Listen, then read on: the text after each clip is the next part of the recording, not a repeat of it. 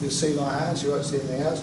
Right, I've got a nice saucepan here. I'm now going to put say a couple of tablespoons. I just call it glugs. You might need to add some more. Just do it all by eye. Don't have accurate measurements. Right, we'll just put some sunflower seed oil in, and I will stick the garlic in. It's just crushed garlic. I haven't bothered to shred it. Onion.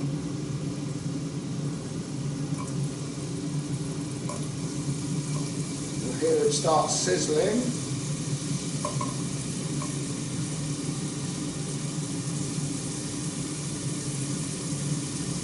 Okay, as it's a small amount, very soft, I will stick to the celery now. Okay, while I'm doing that, I'll just put a little bit of ground black pepper. Salt, I won't put the paprika in, I'll put the paprika in at the end. I'm just going to let it soften. It will take a while to soften, so I'll come back when it's softened. In the meantime, I'll prepare a litre of stock. Okay, we've been running for about 10 minutes. The onion, celery and garlic are starting to soften. So now I'm going to put, I was going to start off and put near it, it's about 750 litres of stock in. That's just the size of my beaker, so I couldn't put any more in. Put the heat up. Stick the carrots in. I've got about 4 medium carrots chopped into chunks. I've got 1 bell pepper and 1 red bell pepper. Put that in. Now basically I'm going to bring it to the boil. Make sure the stock is covering over the vegetables, and I'll bring it to the boil. Then I'll go down to a simmer, and then I'll simmer it for 20-30 minutes. It just depends how long it takes to soften, and when it's softened I will blitz it and eventually puree it in a blender.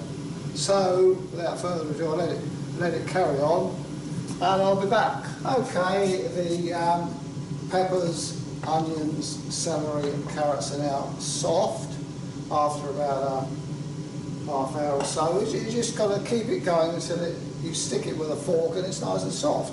I added some oregano and some basil because that's just my preferred herbs. You don't have to, it's an optional thing. I'm now going to put a stick blender in it. Well, I'm going to turn it off first.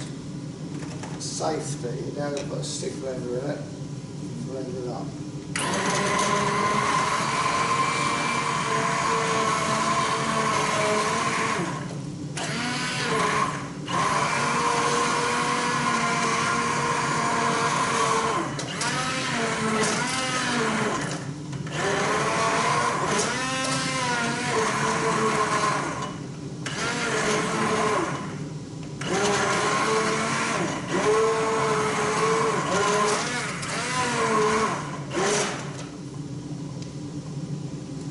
Just carry on doing this. You may want to put it in a regular blender, it doesn't really matter. I just start it off with a stick blender.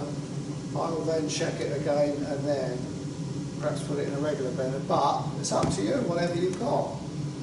So if you've got handy. If, for example, it's too watery, you can also add some flour. Ordinary blender.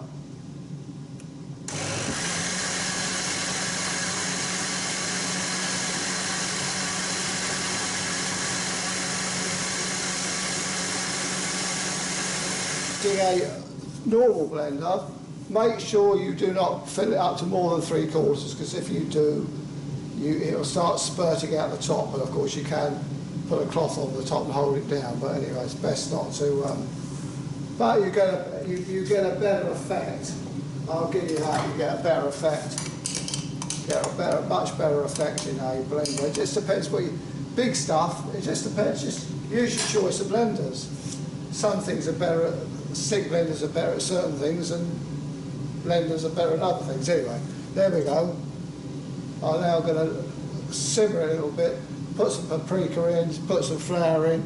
It's poured back into the saucepan. I'm now going to thicken it up. It's just a little bit too, not as thick as I require. So I've got a tablespoon and a half of flour, ordinary plain flour, in a container with water. Shake it up. Now this is to stop lumps forming on the top when you put it in. Now I'm going to put it in. Now I can thicken it with the flour without it getting lumpy, basically. And always taste. Don't worry about putting spoons in your mouth because it's at a temperature it's quite safe.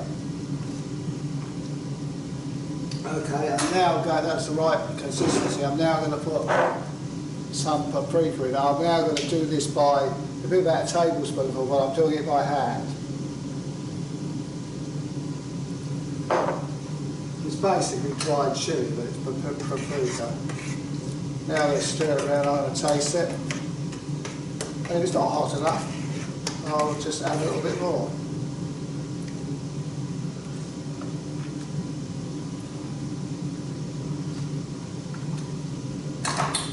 So chef sauce seem to look a little bit chubby, mainly because they're always tasting their food. You should always taste your food. It probably needs a little bit more salt, a little bit more pepper. There's no lumps in it. Everything's been squished in the blender.